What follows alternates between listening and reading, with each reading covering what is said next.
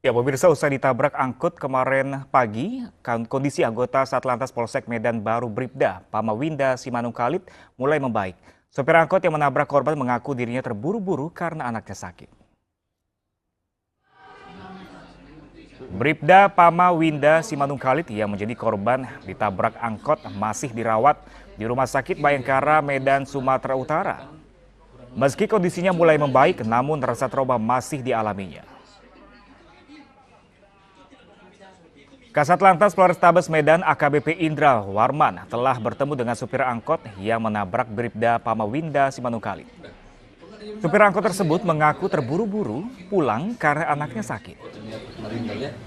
Sementara itu pihak Jasara Harja Medan telah berkoordinasi dengan pihak rumah sakit agar biaya pengobatan korban ditanggung penuh oleh pihak Jasara Harja. Koordinasi dengan rumah sakit yang sudah melakukan kerjasama dengan Jasara Harja, sepanjang laporan polisi itu sudah diterbitkan, kami akan memberikan jaminan sebagai pengganti biaya rawat inap ataupun obat-obatan yang nantinya telah dikeluarkan oleh korban, sehingga korban tidak dibebani lagi oleh biaya-biaya yang akan dikeluarkan. Dan terkait penabrakan seorang poluan di Medan, Sumatera Utara yang sedang bertugas mengatur lalu lintas, di ujung telepon kami sudah terhubung dengan Kasat Lantas Polresta Medan AKBP Indra Warman. Selamat sore, Pak Indra Warman. Selamat sore, Mbak. Pak Indra, bagaimana hasil pemeriksaan yang dilakukan polisi terhadap sopir angkot yang menabrak anggota Anda? Semua ini sudah diperiksa oleh penyidik kita di Polsek Medan Baru. Dia kita sangkakan melanggar pasal 311 ayat 4 Undang-Undang Republik Indonesia nomor 22 tahun 2009, Pak. Ya, Bapak, lalu apakah supir tersebut telah ditetapkan sebagai tersangka? Sudah ditetapkan dengan menjadi tersangka. Pak Indra, sebenarnya apa alasan sopir angkot hingga menabrak Bribda Pamawinda?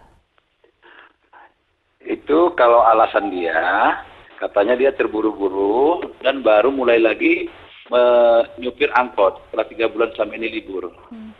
Lalu mengapa tersangka tidak menolong korban saat tergeletak setelah ditabrak? Itulah yang belum kita tahu, katanya dia hilap dan tidak sadar. Padahal kita lihat sendiri dari rekaman CCTV yang kami ambil, dia itu kan dari lajur kiri yang harus lurus. Sementara di situ ada dishub yang mengarahkan dia supaya lurus, tapi dia tetap belok kanan. Sehingga menabrak anggota Polantas yang berada di tengah-tengah sedang mengatur arus lalu lintas. Ya, lalu Bapak, apakah hingga saat ini supir tersebut telah dilakukan penahanan? Sudah dilakukan penahanan oleh Polsek karena melakukan tindak pidana dengan sengaja mengemudikan kendaraan dengan cara membahayakan jiwa dan atau barang dan atau kekerasan atau ancaman kekerasan melawan seorang pejabat yang sedang menjalankan tugas yang sah dan atau karena alpanya mengakibatkan orang lain luka berat. Itulah sebagai dimaksud dalam pasal 311 ayat 4 Undang-Undang Republik Indonesia nomor 22 tahun 2009, Mbak. Pak Indra, apakah ada kemungkinan sopir angkot tersebut mengemudi dalam kondisi mabuk atau tidak sadarkan diri? Kalau ini bulan ini kami cek kembali supaya dicek tes urin apakah ada narkoba atau mabuk, sedang dilaksanakan pengecekan. Lalu Pak, bagaimana dengan ancaman hukuman yang akan diterima supir tersebut, Pak?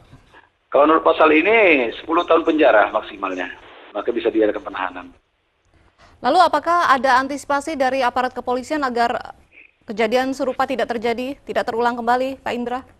Ya, kita tetap antisipasi, kita himbau para angkot yang dia di Kota Medan ini tetap mematuhi aturan lalu lintas dan jangan saling berburu untuk penumpang. Itu yang sering terjadi di sini. Jadi mereka tidak mematuhi, parkir sembarangan. Pada kita beberapa kali juga melakukan pembinaan maupun penindakan secara hukum. Ya, Bapak, memang biasanya di lokasi tersebut apakah para supir angkut memang terlalu sering mengendari secara sembrono seperti itu, apa bagaimana di lokasi tersebut? Kadang ada juga yang nakal, ada juga yang baik, yang patuh. Karena itu dekat lokasi mahasiswa ke kampus. Biasanya juga penumpang ada yang minta buru-buru begitu ke kampus. Tapi memang keadaan di sana pagi itu memang normal, situasi lalu lintas memang normal, berjalan dengan baik. Kondisinya sepi ya, Pak, ya, ketika itu, ya? Ya, ada padat pagi, Pak, nggak gitu sepi.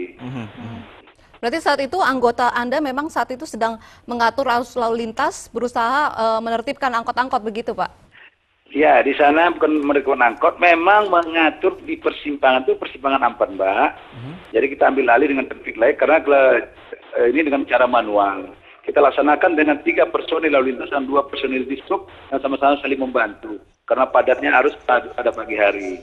Jadi sudah dibagi di 5 sudut, makanya supir angkot ini sebenarnya tidak lajur dia lagi untuk belok kanan. Dia wajib lurus, bukan membelok ke kanan. Kalau Berarti ini menyalahi aturan ya Pak ya? sudah melanggar peraturan lalu lintas. Oke.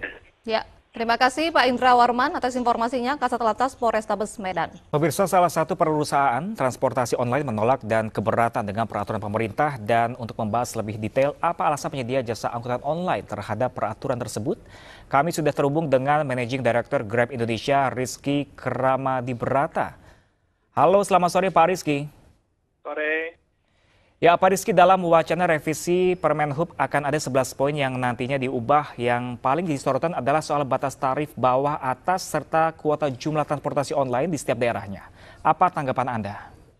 Ya, bagi kami ada 3 yang menjadi tanggapan. Satu adalah batas tarif atas dan bawah, kemudian kuota jumlah kendaraan, dan ketiga kewajiban STNK untuk dialihkan dari atas nama individu menjadi badan hukum. Untuk 2 hal yang pertama, tarif atas dan tarif bawah serta kuota, bagi kami ini merupakan interupsi terhadap mekanisme pasar. Kami sebagai perusahaan teknologi, kami dalam hal ini membantu terciptanya proses pemesanan serta proses mekanisme pasar di dalam layanan transportasi publik menggunakan aplikasi.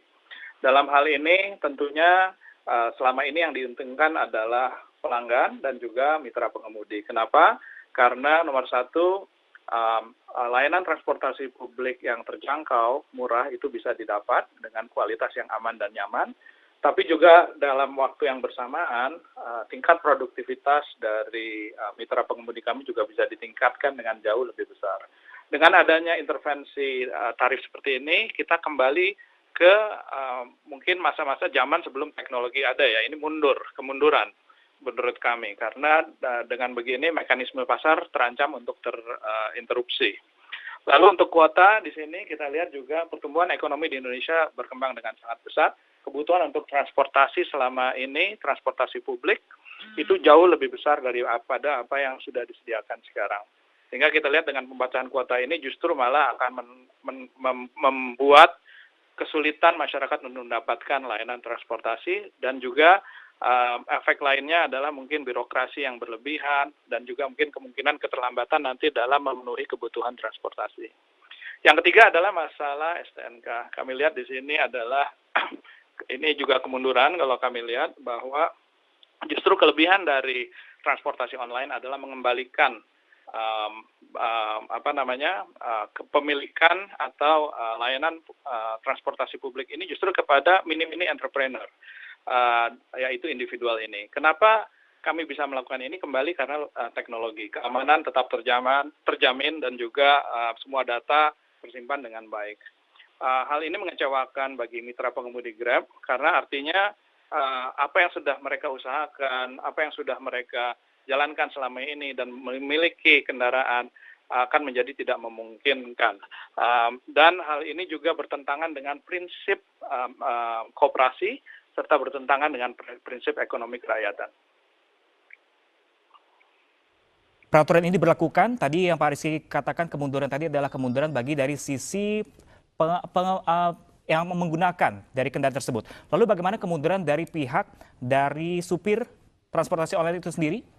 Ya, tadi saya sebutkan 2, satu dari pihak pengguna atau penumpang, yaitu akan berkurangnya layanan transportasi publik yang terjangkau dan terbatasnya ketersediaan.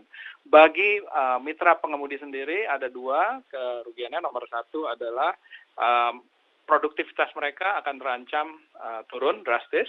Lalu yang kedua adalah kepemilikan dari asetnya, yaitu mobil mereka yang mana harus dipindah alihkan menjadi atas nama badan hukum atau koperasi.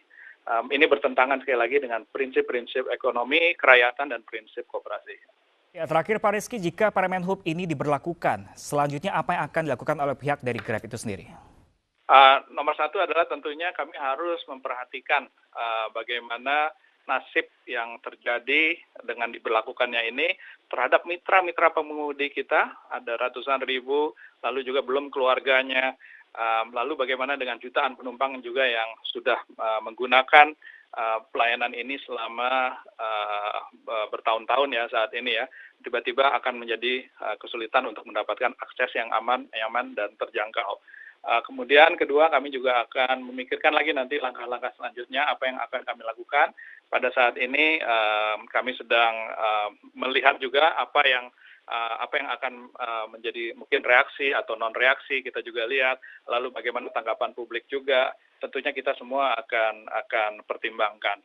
Tapi yang jelas kita akan lihat dulu perkembangannya, kemudian kita akan mengatur langkah selanjutnya. Baik Pak Rizky, terima kasih banyak Pak Rizky. Semoga ini ada solusi atau jalan tengahnya agar untuk ada kebaikan di tengah-tengah untuk bersama semua. Terima kasih Pak Rizky.